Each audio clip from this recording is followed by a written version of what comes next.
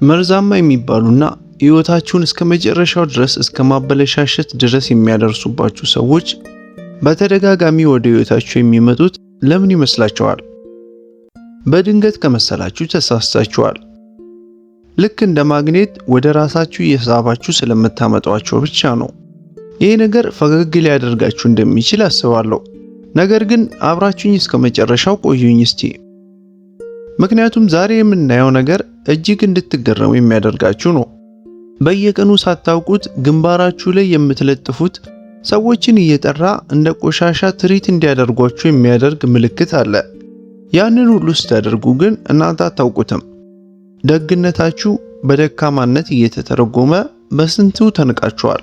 ከልብ በመውደዳችሁ ምክንያት ሌላ ፈላጊ እንዳጣ ተቆጥራችሁ በስንቱ ተክዳችኋል። ሁሉን እያወቃችሁ እንዳላወቃችሁ ያ ሰው ነገ ይሻሻላል፣ ልጆቼን ቤቴን ከማፍረስ ይልቅ በዝምታ ልለፈው ያላችሁት ጉዳይ በሙሉ ስንት ጊዜ ከሰው በታች አድርጎ አስቀርቷችኋል።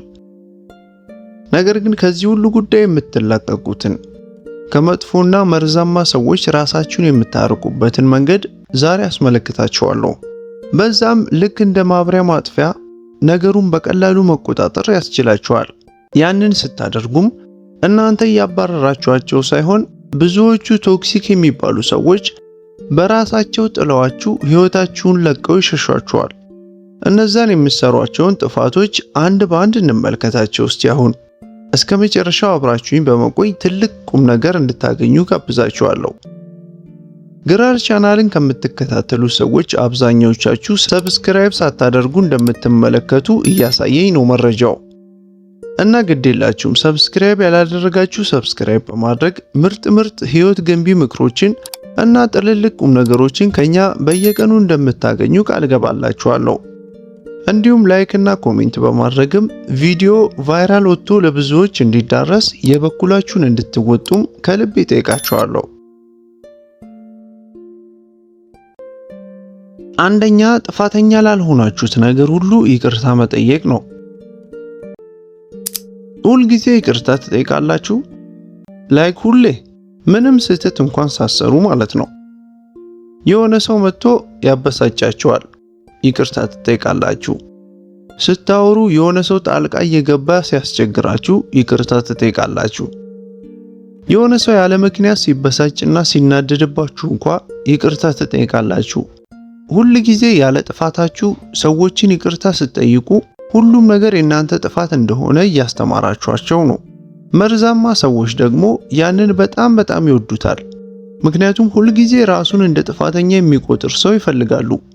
ለእያንዳንዱ ነገር እናንተን ይወቅሷችኋል፣ እናንተም ወቀሳውን ትቀበላላችሁ። ነገር ግን ጥፋተኛ ሳትሆኑ እንኳን ይቅርታ እያላችኋቸው የምትለማመጧቸው ሰዎች ለእናንተ ስለማይገባችሁ አርቃችሁ ጣሏቸው። ስለዚህ በቀጣይ ጊዜ ምንም ጥፋት ሳትሰሩ ይቅርታ ለመጠየቅ ስታስቡ አቁሙ። አፋችሁን ዝጉ። ምንም ነገር እንዳትናገሩ። ይቅርታችሁን ቆመው የሚጠብቁ ቢሆኑ እንኳን ተዋቸው ይጠብቁ። ይቅርታ ላለማለት ብቻ ሞክሩ። አንዴ ሞክሩት። ከዛም የሰዎችን የተለያየ ምላሽ ትመለከታላችሁ። ጠንካራና በራስ መተማመን ያላቸው ሰዎች ሲያጠፉ ብቻ ነው ይቅርታ የሚጠይቁት። ደካማ ሰዎች ደግሞ ስለተነፈሱ፣ ስላስነጠሱ፣ ስላጨበጨቡ ብቻ ይቅርታ ይጠይቃሉ። እናንተ የትኛው መሆን ትፈልጋላችሁ? ለሁሉም ተግባራችሁ እንደ ጠንካራ ሰዎች ይቅርታ ባለመጠየቅ በሌሎች መከበር፣ ወይስ የሆነ ቦታ ስለተገኛችሁ ብቻ ከአፋችሁ የይቅርታ ቃል ደጋግማችሁ እያወጣችሁ በሰው ሁሉ በገዛ እጃችሁ እንደ ደካማ ከመታየት በተጨማሪ መርዛማ ሰዎችንም ወደ ራሳችሁ መሳብ? ከሁለቱ ምረጡ። ዛሬውኑ ተግብሩት። ሁለተኛ ደግሞ ስለ ራሳችሁ ብዙ ነገር ለሰዎች ማውራት ነው። ላገኛችሁ ሰው በጠቅላላ የህይወታችሁን ታሪክ ዘርዝራችሁ የምትናገሩ ከሆነ የጦር መሳሪያ አሳልፋችሁ እየሰጣችኋቸው እንደሆነ ቁጠሩት። ዝም ባለ አፍ ዝንብ አይገባም ይባላል። የሆነ ሰው ገና ከተዋወቃችሁ ከ5 ደቂቃ በኋላ ስለ ችግራችሁ፣ ስለ ፍርሃታችሁ፣ ስለማትተማመኑባቸው ጉዳዮች፣ ስላለፈ ታሪካችሁ ሁሉንም ትዘረዝራላችሁ። ራሳችሁን እንደ ግልጽ እና ተግባቢ ሰው ልትቆጥሩ ትችላላችሁ። ነገር ግን መርዛማ ሰዎች ደግሞ ማስታወሻ ደብተራቸው ላይ እያንዳንዱን ነገር እየመዘገቡላችሁ ነው። ብቻ መሆን የምትፈሩ የሰው መቀለጃ ሆናችሁ እንደከረማችሁ እያረጋገጡ ነው። ሁሌም ራሳችሁን እንደ ጥፋተኛ የምትቆጥሩ ከሆነ እናንተን የሚጠቀሙበትን መንገድ ማሰላሰል ይጀምራሉ። ላሉባችሁ ደካማ ጎኖች በሙሉ ለሰዎች አድራሻውን እንደመስጠት ነው። እዛ ደካማ ቦታችሁ ላይ ሄደው በቁስላችሁ እንጨት ሲሰዱበት ደግሞ ሰርፕራይዝ ትሆኑና ከሱ አልጠበቅኩም እኮ ያንን ነገር ብላችሁ ታወራላችሁ። ነገር ግን ከዚህ በኋላ የግል ጉዳያችሁን ምስጢራዊ በማድረግ ለራሳችሁ ከምትውሏቸው ውለታዎች ትልቁን ውለታ እንድትውሉ አሳስባችኋለሁ። ብልህ ሰዎች መረጃን ስለራሳቸው በጭራሽ አሳልፈው በቶሎ ለሰዎች አይናገሩም። መጀመሪያ ሰውን ይፈትናሉ፣ ይገመግማሉ። ጥልቁን ነገር ለሰዎች ከማጋራታቸው በፊት መጀመሪያ ያንን ሰው ማመን እንዳለባቸው ማረጋገጫ ይፈልጋሉ። ነገራችሁን ሁሉ ዘርግፋችሁ ለሰዎች የምትናገሩ ከሆነ ለጓደኝነት የምትጣደፉ ሰው ለመተዋወቅም ትልቅ ዲስፕሬሽን እንዳላችሁ ያሳያል።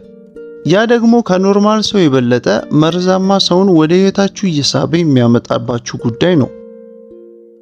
ስለዚህ ከዚህ በኋላ ምስጢር የሚባል ነገር እንዳለ ተገንዘቡ በህይወታችሁ።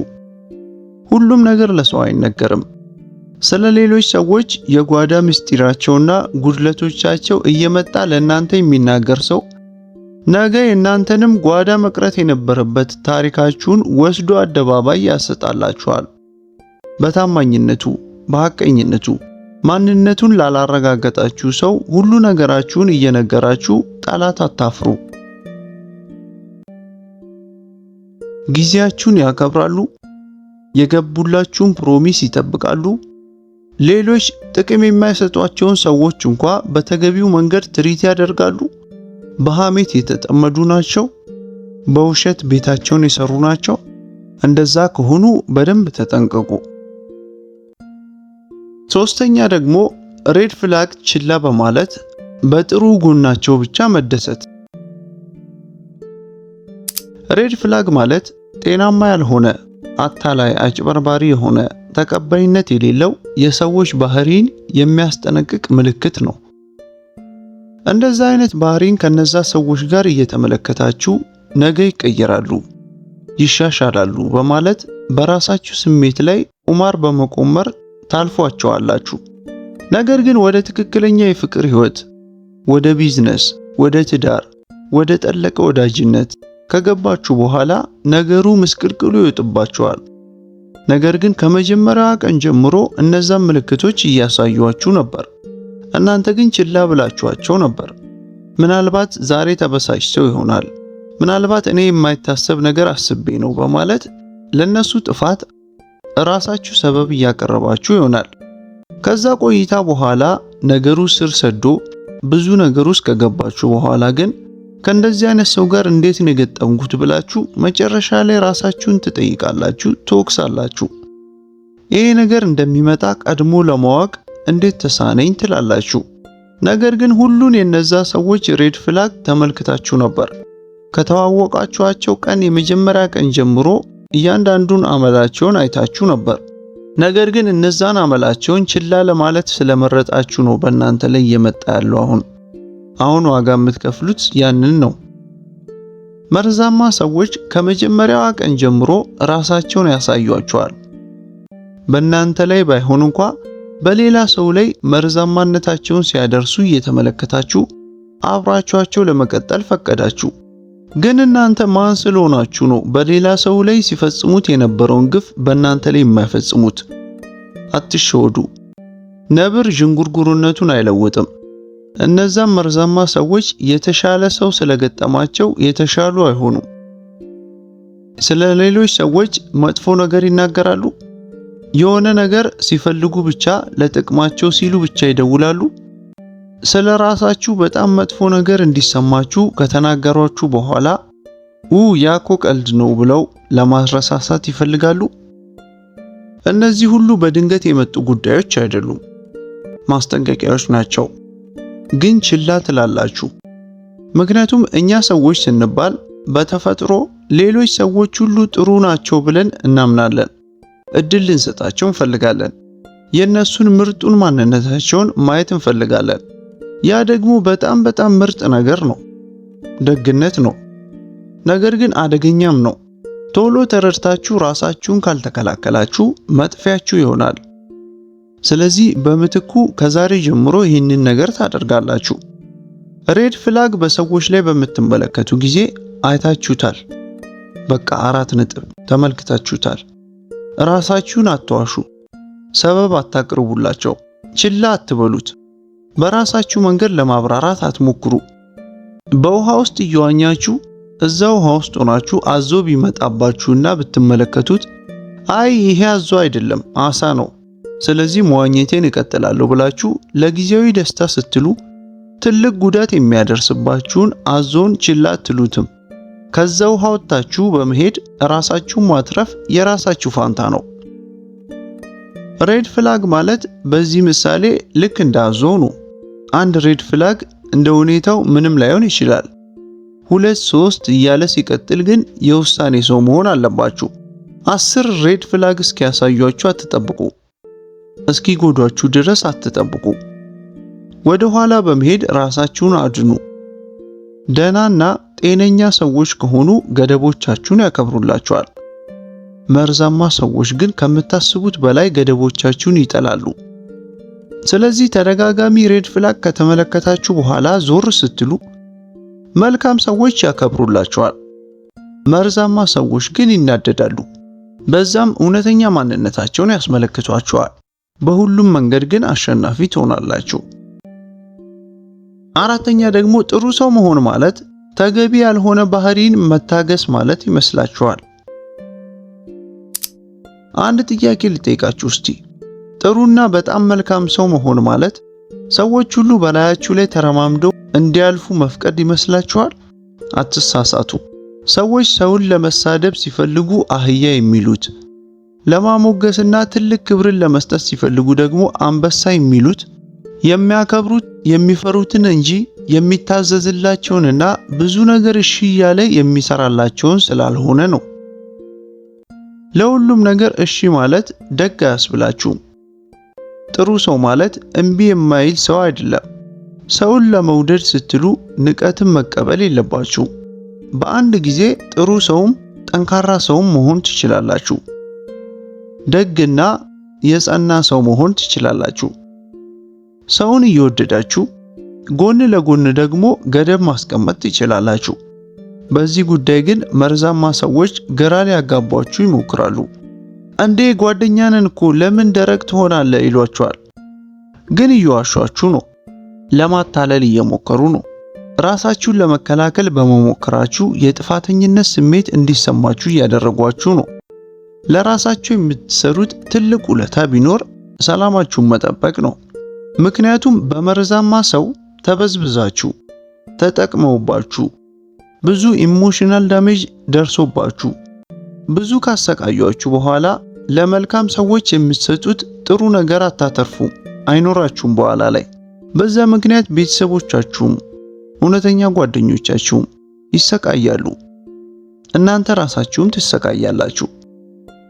ስለዚህ ራሳችሁን ከመርዛማ ሰዎች መከላከል ራስ ወዳድነት አይደለም፣ ብልሃት ነው፣ ስማርት መሆን ነው፣ ጤናማ ነገር ነው።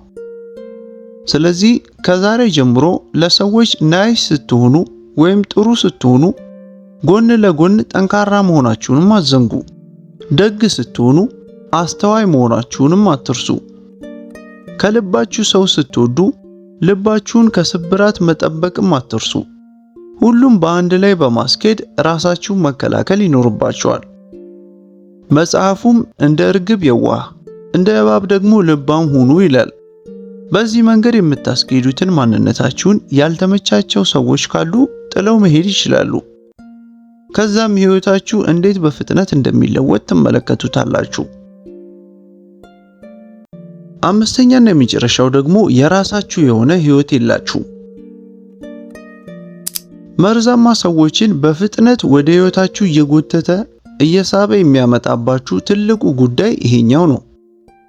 የራሳችሁ እቅድ፣ በጣም ኤክሳይትድ የምትሆኑበት የኔ የምትሉት ታማኝ ወዳጅ ወይም ጓደኛ የላችሁም። ሙሉ ሕይወታችሁ በሌሎች ሰዎች ዙሪያ የሚሽከረከር ከሆነ ነገሩ አስቸጋሪ ይሆንባችኋል። እነሱ የምትገናኙበትን ቀን ቆርጠው እስኪነግሯችሁ ትጠብቃላችሁ። የእነሱን ቴክስት ቁጭ ብላችሁ ትጠብቃላችሁ። ወደ ሆነ ቦታ ለመሄድ እስኪጋብዟችሁ ድረስ ትጠብቃላችሁ። ከዛም የሆነ ጊዜ አዲስ እንግዳ ሰው ትኩረት ሲሰጣችሁ ሁሉን ነገር ጥላችሁ ፕሮግራማችሁን አቋርጣችሁ ለሌላ ጊዜ ቀይራችሁት ሙሉ የእናንተን ዓለም ታደርጓቸዋላችሁ። በቀጣይ የሚከሰተው ነገርም ይሄ ነው። ቶክሲክ ወይም መርዛማ የሚባሉ ሰዎች ሲተዋወቋችሁ ትክክለኛ ሲፈልጉት የነበረ ኢላማ ትሆኑላቸዋላችሁ። ይህ ሰው በህይወቱ ላይ የሚያስኬደው ምንም ቁም ነገር የግል ጉዳይ የለውም ብለው ያስባሉ። ሙሉ ጊዜውን መውሰድ ይችላል፣ ሙሉ ኢነርጂውን መጠቀምና መበዝበዝ ይችላል ብለው ያስባሉ። ኢነርጂ ሲባል ታዲያ በነፃ የጉልበት ሥራ እያሰሯችሁ የጉልበት ብዝበዛ ወይም በትልቅ ሥራ እናንተን ማልፋት እንዳይመስላችሁ። ይልቅ ሙሉ ትኩረታችሁን ይቀሟቸዋል። በእነሱ ቁጥጥር ስር ትወድቃላችሁ። ትኩረታችሁ በጠቅላላ እዛ ሰው ጋር ይሆናል። ኢነርጂ የሚኖረው ደግሞ ትኩረታችሁ ያለበት ቦታ ነው። ስለዚህ እነሱ ሁሉ ነገራችሁን፣ ቀልባችሁን ከወሰዱት በሌላ ነገር ላይ እንዴት ውጤታማ ልትሆኑ ትችላላችሁ? ስለዚህ እንዳትላወሱ አሳስረው በማስቀመጥ እንደ ልባቸው ያደርጓቸዋል። ልክ እንደ ባዶ ቤት ትሆናላችሁ። ማንም እንደፈለገ ገብቶ ተዝናንቶበት ቆሻሻውን እዛው ጥሎ በፈለገው ጊዜ ወጥቶ ይሄዳል። ምክንያቱም ሃይባይ የለውም፣ ማንም የሚቆጣጠረው ስለሌለ። ነገር ግን የራሳችሁ ህይወት ካላችሁ የኔ የምትሉት ኬር የምታደርጉለት ህይወት ሲኖራችሁ ደስተኛ የሚያደርጋችሁን ነገር በመስራት ቢዚ ስትሆኑ ያኔ ርካሽ ልትሆኑ አትችሉም። መርዛማ ሰዎች ያንን ህይወታችሁን ሊገቡበት አይችሉም። ምክንያቱም በጣም ቢዚ ናችሁ፣ በጣም ሙሉ ናችሁ፣ በጣም ደስተኛ ናችሁ። ይህንንም ከዛሬ ጀምሮ በዚህ መልኩ ማስተካከል ትችላላችሁ። አንድ ነገርን በህይወታችሁ ፈልጋችሁ አግኙ።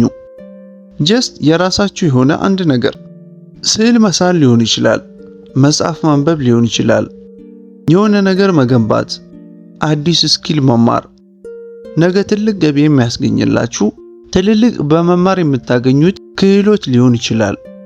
ያንን ነገር አድርጉ። ለዛ ነገር ጊዜ ስጡት። ያንን ጊዜያችሁን ወርቅ እንደምትጥል ዶሮ ተከላከሉት፣ ተንከባከቡት። ወርቃማ ጊዜያችሁ ነው። ከዛም ይህንን ስታገባድዱና መስመር ስታስይዙ ደግሞ ሌላ ነገር አግኙ።